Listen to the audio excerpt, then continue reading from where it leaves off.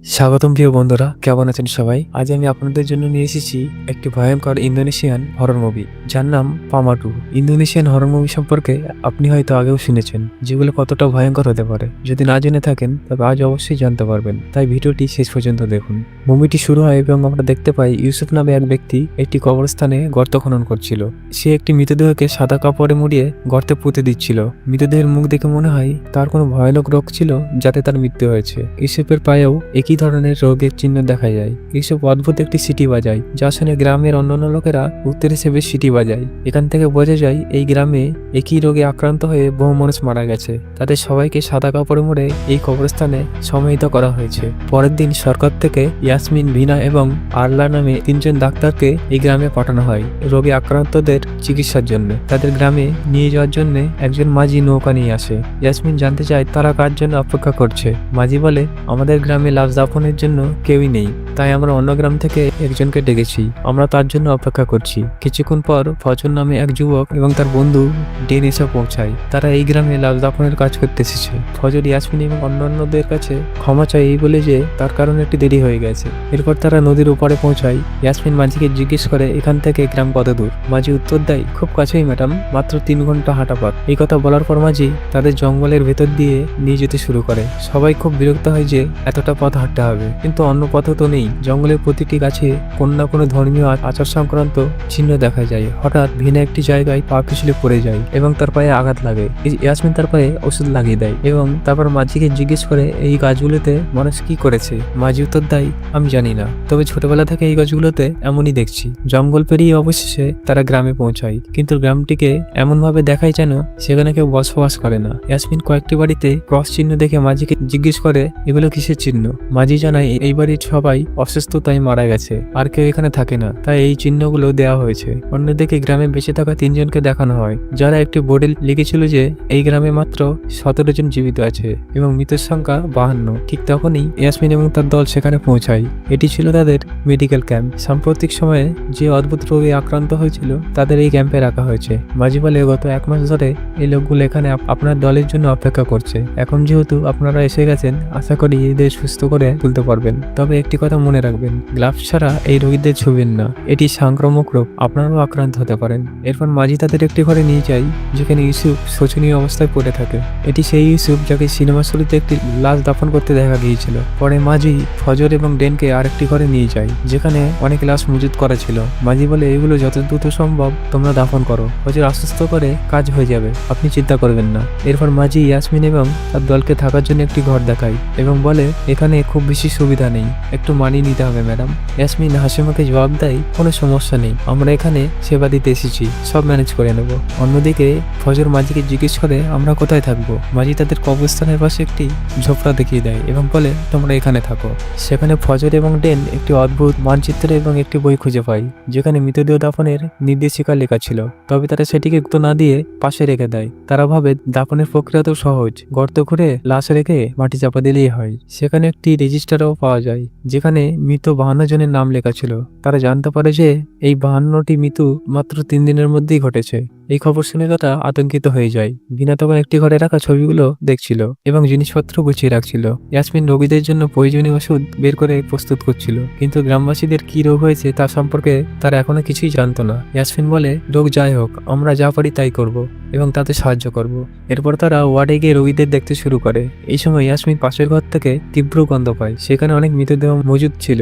সে গিয়ে একটি বিশেষ ধরনের জীবাণুনাশক বল ফেলে, কিন্তু সেই বলটি তার দিকে ঘুরে ফিরে আসে। তখন ইয়াসমিন ভয় পায় এবং ভাবে এখানে আসলে কি ঘটেছে। একটি মৃতদেহ নড়তে শুরু করে, কিন্তু পরে বোঝা যায় যে পোশাকের নিচে একটি ইঁদুর ছিল যা নড়ছিল। এরপর রাত হয় এবং ফাদার ও তার বন্ধু 5টি মৃতদেহ কবর দিয়ে বিশ্রাম নেয়। কিছুক্ষণ পরে তারা বাঁশির শব্দ শুনতে দেখা যায় একটি ছোট্ট মেয়ে বাঁশি বাজাচ্ছিল, অর্থাৎ গ্রামে আরেকজন অসুস্থ ব্যক্তি মারা গেছে। 2 ব্যক্তি লাশটি নিয়ে যায় আর তৃতীয়জন বাড়ির সামনে একটি ক্রস চিহ্ন আঁকে, যেহেতু এই বাড়িতে আর কেউ বেঁচে নেই। কিন্তু হঠাৎই সেই বাড়ির আলো জ্বলে ওঠে। সেই ব্যক্তি ভয় পেয়ে বাড়ির ভিতরে যায় এবং জিজ্ঞেস করে কেউ আছেন, কিন্তু কাউকে দেখা যায় না। তারপর হঠাৎ তার হাতে থাকা লাল রঙের পাত্র পড়ে যায় এবং রঙের মধ্যে কারো পায়ের চিহ্ন দেখা যায়। সে ভয় পেয়ে চিৎকার করে পালিয়ে যায়। এদিকে ভিনা গোসল করছিল, কিন্তু হঠাৎ কিছু শব্দ শুনে সে দ্রুত পোশাক পরে ওয়ার্ডে যায়। সেখানে দেখা যায় ইউসুফ গায়েব। হঠাৎ ইউসুফ ভিনার পেছনে হাজির হয়ে তার গলা চেপে ধরার চেষ্টা করে, কিন্তু তার পা পিছলে যায়। সে পড়ে যায় এবং মাথায় আঘাত পেয়ে প্রচুর রক্তক্ষরণ হয়। সে মৃতদেহ সম্পর্কে কিছু বলতে চায়, কিন্তু ততক্ষণে সে মারা যায়। তখন ইয়াসমিন এসে জিজ্ঞেস করে, তুমি তাকে ধাক্কা দিলে কেন? ভিনা ব্যাখ্যা করে, সে নিজে পড়ে গেছে। সে আমার গলা চেপে ধরতে চেয়েছিল। ইয়াসমিন জানতে চাই, তুমি কি গ্লাস পরোনি? তুমি কি তাকে স্পর্শ করেছিলে? ভিনা বলে না। অন্যদিকে ইয়াসমিনের সহকর্মী আরলা প্রার্থনা করছিল। হঠাৎ সে একটি অদ্ভুত শব্দ শুনতে পায়। আসলে একটি ভূত কাছে মাথা ঠকছিল। আরলা প্রার্থনা শেষ করে ফিরে তাকায়, কিন্তু সেখানে কিছুই ছিল না। আরলা ভাবে হয়তো এটা তার মনের ভুল, কিন্তু হঠাৎ একটি আকৃতি তার সামনে আসে। কাপড় সরানোর পর দেখা যায় সেখানে কিছুই নেই। এদিকে ফজর ও ডান ঘুমাচ্ছিল। হঠাৎ দরজায় কেউ আঘাত করতে শুরু করে। ফজর ডানকে জাগায়, কিন্তু সে খুব ক্লান্ত ছিল। ফজর দরজা খুলে দেখে বাইরে কেউ নেই। সে বাইরে গিয়ে লাল টর্চ জ্বালায়, কিন্তু তার পেছনে 3টি মৃতদেহ দাঁড়িয়ে ছিল, যা সে দেখেনি। ডান বাইরে এসে ফজরকে ভেতরে নিয়ে যায়। পাশের গ্রামে ডিয়া নামে একটি মেয়ে তার মাকে নিয়ে চিন্তিত, কারণ তার মা এই রোগে আক্রান্ত ছিল। ডিয়া বলে, অন্য গ্রামে কিছু ডাক্তার এসেছে, তুমি সেখানে চলো, তারা তোমাকে ঠিক করে দেবে। কিন্তু তার মা সেখানে যেতে রাজি নয়। পরের দিন ইয়াসমিন ফজর ও ডানাকে জিজ্ঞেস করে, কাল ইউসুফ নামে একজন মারা গেছে, তাকে কি কবর দেওয়া হয়েছে? ফজর বলে, সে তো এখানে ওয়েটিং লিস্টে আছে। তার আগে যারা মারা গেছে তাদের কবর দিয়ে তারপর তাকে কবর দেওয়া হবে। ইয়াসমিন বলে, এখন আরেকজন রোগী খুব গুরুতর অবস্থায় আছে, তাই তোমরা সাবধানে থেকো। ফজর ইয়াসমিনকে রোমান্টিক দৃষ্টিতে দেখে এবং বলে, আপনিও নিজের খেয়াল রাখুন। ইয়াসমিন হেসে সেখান থেকে চলে যায়। এখন দেখা যায় ডিয়া আরলার কাছে এসে তার মায়ের কথা বলে। সে জিজ্ঞেস করে, আপনি কি আমার মাকে দেখতে আমাদের বাড়িতে যাবেন? আরলা বলে, তোমার মাকে এখানে নিয়ে এসো। এখানে আমরা মাত্র 3 জন মেডিকেল স্টাফ, তাছাড়া এই গ্রামে তাদের 2 জন ছাড়া কেউ নেই। এমন অবস্থায় আমার সেখানে যাওয়া ঝুঁকিপূর্ণ হবে, আর এখানকার কাজ কে সামলাবে? কিন্তু ইয়াসমিন বলে, এই মেয়েটি এত দূর থেকে এসেছে, আমাদের তার সাহায্য করা উচিত। চিন্তা করো না, আমি আমার শিফট শেষ করে তার বাড়িতে যাব। এদিকে সেই গুরুতর অসুস্থ গিয়ে মারা যায়। ইয়াসমিনের টিম যে ওষুধ নিয়ে এসেছিল তার স্টক শেষ হতে চলেছে। কল করে শহর থেকে আর ওষুধ আনাতে চাই, কিন্তু এখানে কারো ফোনে কোনো সিগন্যাল নেই। আরলা ফজরকে বলে, তুমি এমন জায়গায় খুঁজে বের করো যেখানে সিগন্যাল পাওয়া যায় এবং মাজিকে কল করে ওষুধ আনাতে বলো। ফজর এতে রাজি হয়। রাতে ইয়াসমিন ডিয়ার সঙ্গে তার বাড়ির উদ্দেশ্যে রওনা দেয়। পথে ইয়াসমিনকে তাড়াতাড়ি বাথরুম যেতে হয়। ডিয়া তাকে একটি বাড়ির কাছে নিয়ে যায়, যেখানে একটি ক্রস চিহ্ন আঁকা ছিল। সে বলে, এই বাড়িতে কেউ থাকে না, এটা ব্যবহার করে নিন। ইয়াসমিন বাড়ির ভেতরে যায়, আর ডিয়া সেখানে রাখা কিছু ছবি দেখতে থাকে। হঠাৎ তার পেছনে একটি ভূত দেখা যায়, যা তাকে থেকে পালিয়ে যায়। ডিয়া ভয়ে তার পেছনে যায়, কিন্তু দেখে একটি খেলনা বাতাসে ভেসে আছে, যেটি হঠাৎ নিচে পড়ে যায়। তারপর টেবিলের নিচ থেকে একটি হাত খেলনাটি তুলে নেয়। ডিয়া ভয়ে টেবিলের কাপড় সরায়, কিন্তু ভেতরে কিছুই ছিল না। হঠাৎ একটি ভূত তার হাত ধরে টেনে নেয়। আওয়াজ শুনে ইয়াসমিন আসে। ডিয়া ভয়ে ইয়াসমিনকে বলে, ওই পর্দার পেছনে কেউ আছে। ইয়াসমিন কিছুটা ভয় পায়, কিন্তু পর্দা সরিয়ে দেখা যায় সেখানে ডিয়া নেই, বরং একটি বৃদ্ধ মহিলার ভূত ছিল। ভূতটি তাদের ধরতে আসে এবং কোনোভাবে তারা সেখান থেকে পালিয়ে যায়। এদিকে ফজর ডানের কাছে ফোন দিয়ে টয়লেটে যায়। ডান দেখে যে কুয়োর কাছে কিছু সিগন্যাল পাওয়া যাচ্ছে, তাই সে তাড়াতাড়ি মাজিকে মেসেজ করে, শহর থেকে আরো ওষুধ নিয়ে এসো। ঠিক এই সময় ফজর বলে, দোস্ত একটু পানি এনে দে, এখানে পানি শেষ হয়ে গেছে। ডান থেকে বকাচকা করে, তুই বালতিতে পানি ভরে নিয়ে ভেতরে আসতে পারিস না? ফজর কুয়ো থেকে পানি তুলতে যায় এবং বাঁশি বাজাতে থাকে। হঠাৎ কেউ আরেকটি বাঁশি বাজায়। সে ঘাবড়ে যায় এবং ভাবে আমার সঙ্গে কে যুগলবন্দি করছে। সে বালতিটা টান থেকে দেখে বালতি কুয়োর মধ্যে আটকে গেছে। সে জোর করে টানে এবং বালতিটি এক ধাক্কায় উঠে আসে, আর সে পড়ে যায়। ভয়ে সে ফজরকে ডাকে, কিন্তু কুয়োর ভূতের থেকে এক ভূত তার গলা আওয়াজ নকল করে। টয়লেটে বসে থাকা ফজর দেখে একটি ভূত তাকে অঙ্গি দিচ্ছে। এই দেখে ফজর ও ডান ভয় পেয়ে পালিয়ে যায়। তারা ইয়াসমিনের কাছে পৌঁছে সবাই মিলে ভাবতে থাকে, মৃত মানুষদের আত্মাটা কেন আমাদের পেছনে লেগে আছে? এর পিছনে নিশ্চয়ই কোনো গুরুত্বপূর্ণ কারণ আছে। তারা ফাদারের কাছে জানতে চাই, তুমি লাশগুলো দাফন করার আগে সব রীতিনীতি সঠিকভাবে পালন করছো তো, নাকি এমনি দাফন করে দিচ্ছ? এবং মৃতদেহগুলোর শরীর থেকে কাপড় ইত্যাদি ঠিকমতো খুলে নেওয়া হয় কিনা? সে বলে, হ্যাঁ, আমি সবকিছু ঠিকঠাক করি। কিন্তু ডান বলে, হয়তো আমাদের আসার আগেই এই গ্রাম ভূতের ছিল। শুধু তাই নয়, ইউসুফ যে আমাদের আসার আগে মৃতদেহগুলোকে কবর দিত, সেই মৃত্যুর আগে মৃতদেহগুলো কবর দেওয়ার বিষয়ে কিছু বলার চেষ্টা করেছিল, কিন্তু আমরা তার কথা বুঝতে পারিনি। যাই হোক, এখানে অনেক মৃতদেহ পড়ে আছে এবং হয়তো সেই জন্য আত্মারা এখানে ঘুরে বেড়াচ্ছে। আমাদের যত তাড়াতাড়ি সম্ভব সবাইকে কবর দিতে হবে। জন জানায় যে সে মাজিকে ওষুধের ব্যাপারে বার্তা পাঠিয়েছে, কিন্তু হয়তো নেটওয়ার্ক না থাকার কারণে এখন উত্তর আসেনি। ঠিক তখনই তারা খেয়াল করে যে ইয়াসমিন এখনও ফিরে আসেনি। অন্যদিকে ইয়াসমিন অবশেষে দিয়ার সাথে তার বাড়ি পৌঁছে যায়। দিয়া ইয়াসমিনকে বসতে বলে এবং নিজে ভেতরে যায়। ঠিক তখনই ইয়াসমিন পাশের ঘরে উকি দেয় এবং দেখে যে দিয়ার মা চুল আঁচড়াচ্ছে। ইয়াসমিন চুপচাপ সেখানে বসে যায়। ঠিক তখনই একটি ভয়ঙ্কর ভূত ইয়াসমিনকে দেখছে। এদিকে দিয়া ইয়াসমিনকে বলে, চলুন দিদি, মা অন্য ঘরে আছে। ইয়াসমিন অবাক হয়ে যায়। যদি তার মা সেখানে থাকে তাহলে এই ঘরে যাকে দেখলাম সে কে ছিল? কিন্তু তখন ঘরটি ফাঁকা ছিল এবং সেই মহিলার কোনো চিহ্ন ছিল না। এদিকে সবাই ইয়াসমিনের জন্য চিন্তিত হয়ে পড়ে। সে রাতে হয়তো কোথাও আটকে পড়েছে। শুধুমাত্র ভিনা ছাড়া, যাকে ওয়ার্ডে রোগীদের দেখাশোনা করতে হচ্ছিল। হঠাৎ করে ওয়ার্ড থেকে একটি শব্দ শুনে ভিনা সেখানে যায়, কিন্তু কিছু অদ্ভুত দেখতে পায় না। তবে পাশের ঘর থেকে, যেখানে মৃতদেহগুলো রাখা ছিল, সেখান থেকে সিটির শব্দ আসে। ভিনা সেখানে গিয়ে লাইট জ্বালাই। সে ভাবে হয়তো তাদের মধ্যে কেউ বেঁচে আছে, যাকে ভুল করে এখানে রাখা হয়েছে। সেই লাল কাপড় সরিয়ে প্রতিটি মৃতদেহ পরীক্ষা করে, কারো শ্বাস চলছে কিনা তা দেখার জন্য। হঠাৎ তার পেছনে অনেক ভূত দাঁড়িয়ে থাকে। ভয়ে সে পালানোর চেষ্টা করে, কিন্তু মূল দরজা বন্ধ হয়ে যায়।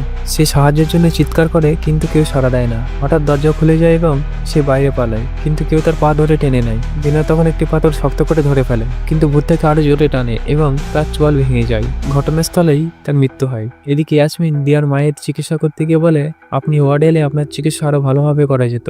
উপরন্তু সেখানে আরো মানুষ থাকবে, তাই আপনি একা অনুভব করবেন না। কিন্তু দিয়ার মা বলে, আমি জানি আমি মারা যাচ্ছি, তাই সেখানে গিয়ে কোনো লাভ নেই।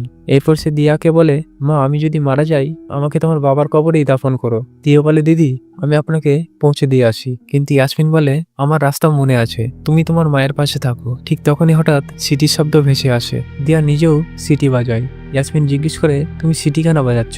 দিয়া বলে, মৃতদের প্রতি শ্রদ্ধা জানাতে আমরা এমনটাই করি, আমার বাবা মা আমাকে শিখিয়েছেন। এরপর ইয়াসমিন একা জঙ্গলের পথ ধরে ফিরে আসছিল, কিন্তু সে জঙ্গল থেকে বের হতে পারছিল না, কারণ বারবার একই জায়গায় ফিরে আসছিল।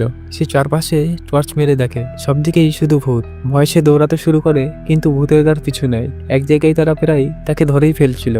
তখনই সিন চেঞ্জ হয়ে যায়। ইয়াসমিন বাড়িতে চোখ খোলে। আসলে তার সঙ্গীরা তাকে বাঁচিয়ে ফিরিয়ে এনেছিল। সে বলে, আমি জঙ্গলে অনেক ভূত দেখেছি। তখন ফজর বলে, আমি নিজেও সেই ভূতগুলোকে দেখেছি। ঠিক তখনই আরলা চিৎকার শোনা যায়। সবাই সেখানে দৌড়ে যায় এবং দেখে ভিনা হাসপাতালের মৃতদের ঘরে পড়ে আছে এবং তার চোয়াল ভাঙা। পরের দিন সকালে ফজর ও ডন ভিনাকে কাপড়ে মুড়ে শেষকৃত্য করছিল। আরলা জিজ্ঞেস করে, এখানে কি মাজির কোনো বার্তা আসেনি? ডন বলে, না। এখন আরলা বলে, আমি এখানে এক মুহূর্তেও থাকবো না, আমি চলে যাচ্ছি। ইয়াসমিন রেগে গিয়ে বলে, আমাদের একজন সঙ্গী মারা গেছে আর তুমি আমাদের এইভাবে ছেড়ে চলে যেতে চাও? আল্লাহ ইয়াসমিনকেই দোষ দেয়। সে বলে, আমি তোমাকে বলেছিলাম ওই মেয়ের সাথে না যেতে, তোমাকে খুঁজতে আমাদের যেতে হয়েছিল, আর বেচারা ভিনাকে এখানে একা থাকতে হয়েছিল। তুমি যদি না যেতে আমরাও যেতাম না, আর সে আজ বেঁচে থাকতো। তার মৃত্যুর কারণ তুমি। ঠিক তখনই ডাউন এসে জানায়, মাঝি মেসেজ দিয়েছে, সে গ্রামে আসছে এবং যে কোনো সময় পৌঁছে যাবে। আরলা বলে, আমি নদীর পাড়ে যাচ্ছি, মাঝি এলে আমি তার নৌকায় চলে যাব, তোমরা আসতে চাইলে এসো, নয়তো এখানে মরো। এই বলে সে চলে যায়। ইয়াসমিন অপরাধ বোধে ভেঙে পড়ে এবং কান্না শুরু করে। আমার জন্য ভিনা মারা গেল। সন্ধ্যা হয়ে যায় আর বৃষ্টি শুরু হয়। দিয়া বাইরে থেকে কাপড় তুলতে গেলে দেখে সেখানে একটি ভূত দাঁড়িয়ে আছে। একই সময় তার মায়ের ঘরের জানলার কাছে একটি ভূত দেখা যায়। তার মা ভয়ে দিয়াকে জড়িয়ে ধরে। দিয়া এসে দেখে সেখানে কেউ নেই। দিয়া বলে, ভয় পেও না মা, হাওয়াই দরজা বন্ধ হয়েছে। এই বলে সে তার মায়ের জন্য খাবার আনতে যায়। ঠিক তখনই তার মায়ের মাথার উপর একটি ভূত প্রকট হয় এবং তার মায়ের মুখে থুতু ফেলে। সাথে সাথে তার মা মারা যায়। এদিকে ডন ঘুমাচ্ছিল। হঠাৎ দরজা ঠকঠকে শব্দে সে জেগে ওঠে। দরজা খুলতে গিয়ে দেখে যে গ্রামের মানুষ যেই রোগে মারা যাচ্ছিল সেই রোগ ডনেরও হয়েছে। ভয় সে চমকে যায়। তখন সে দেখে ফজর বাইরে বসে আছে। ডন রেগে বলে, এ তো রাত হয়েছে, ভূতের মতো বাইরে কেন বসে আছো? সে লাল আলো জ্বালিয়ে দেখে যে আসলে বাইরে ফজর নেই। ভয় সে ভিতরে গিয়ে দেখে একটি বিছানায় কেউ শুয়ে আছে। ডন তার মুখের কাপড় সরিয়ে দেখে সে নিজেই মৃত অবস্থায় সেখানে পড়ে আছে। ভয়ে ডন বাইরে দৌড়ে যায় এবং ফজরকে জানায় এই বাড়িতে ভূত আছে এবং গ্রামবাসীদের যে রোগ ছিল তা আমারও হয়েছে। ঠিক তখনই দিয়া কাঁদতে কাঁদতে সেখানে আসে এবং বলে, আমার মা আর বেঁচে নেই। ফজর এবং ডন দিয়ার মাকে তার বাবার পাশে সমাধিস্থ করার জন্য বাড়িতে নিয়ে যায়। ইয়াসমিন সিদ্ধান্ত নেয়, যদি এই গ্রামে আর কেউ বেঁচে না থাকে তাকে আমাদের সাথে নিয়ে সেখান থেকে চলে যেতে হবে।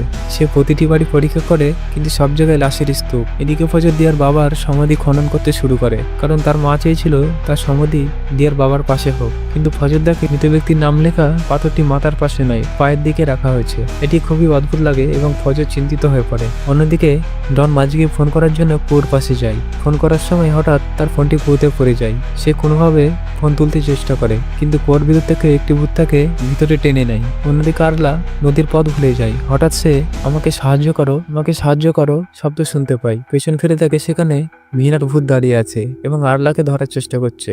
ভয়ে আরলা দৌড়ে পালিয়ে যায়। এদিকে ফজরের মনে পড়ে সে বইয়ের কথা যা তাদের কুড়ে ঘরে পড়েছিল। সেখানে লেখা ছিল মৃত ব্যক্তির নাম একটি পাথরে খোদাই করে তার লাশের পায়ের দিকে রাখতে হবে। ভুলক্রমে যদি মাথার দিকে রাখা হয় তাহলে পুরো গ্রাম ভূতেদের দ্বারা ধ্বংস হয়ে যাবে। ফজর বুঝতে পারে তার ভুল হয়ে গেছে। সে সব মৃতদেহের নামের পাথরগুলো মাথার দিকে রেখেছিল, পায়ের দিকে নয়।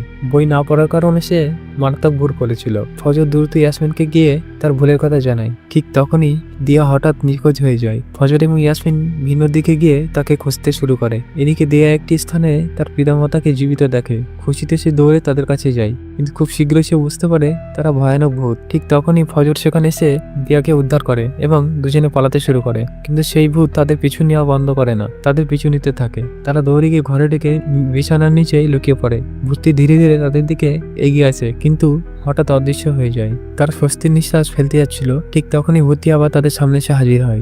ভয়ে তারা প্রাণ বাঁচাতে দৌড়ে পালায়। ইয়াসমিন দেখতে পায় ডন কুয়োর ভিতর মৃত অবস্থায় পড়ে আছে। সে দ্রুত ফজরকে জানায়, কিন্তু ফজর বিশ্বাস করতে চায় না যে ডন মারা গেছে। ইয়াসমিন বলে আমাদের যত তাড়াতাড়ি সম্ভব এই গ্রাম ছেড়ে চলে যেতে হবে। কিন্তু দিয়া ভীত হয়ে বলে আমি কখনো এই গ্রামের বাইরে যাইনি, যদি এখন যাই হয়তো কিছু খারাপ হবে। ইয়াসমিন তাকে আশ্বস্ত করে কিছুই হবে না, চলো আমাদের সাথে। তারা দেখতে পাই গ্রামের সমস্ত মৃতদের ভূত এক জায়গায় জড়ো হয়ে তাদের দিকে তাকিয়ে আছে। ভয়াবহ এই দৃশ্যটি দেখে ইয়াসমিন দিয়ার হাত ধরে টেনে নিয়ে যায়। ঠিক তখনই এক ভূত ফজরের পা ধরে গর্তের দিকে টানতে থাকে।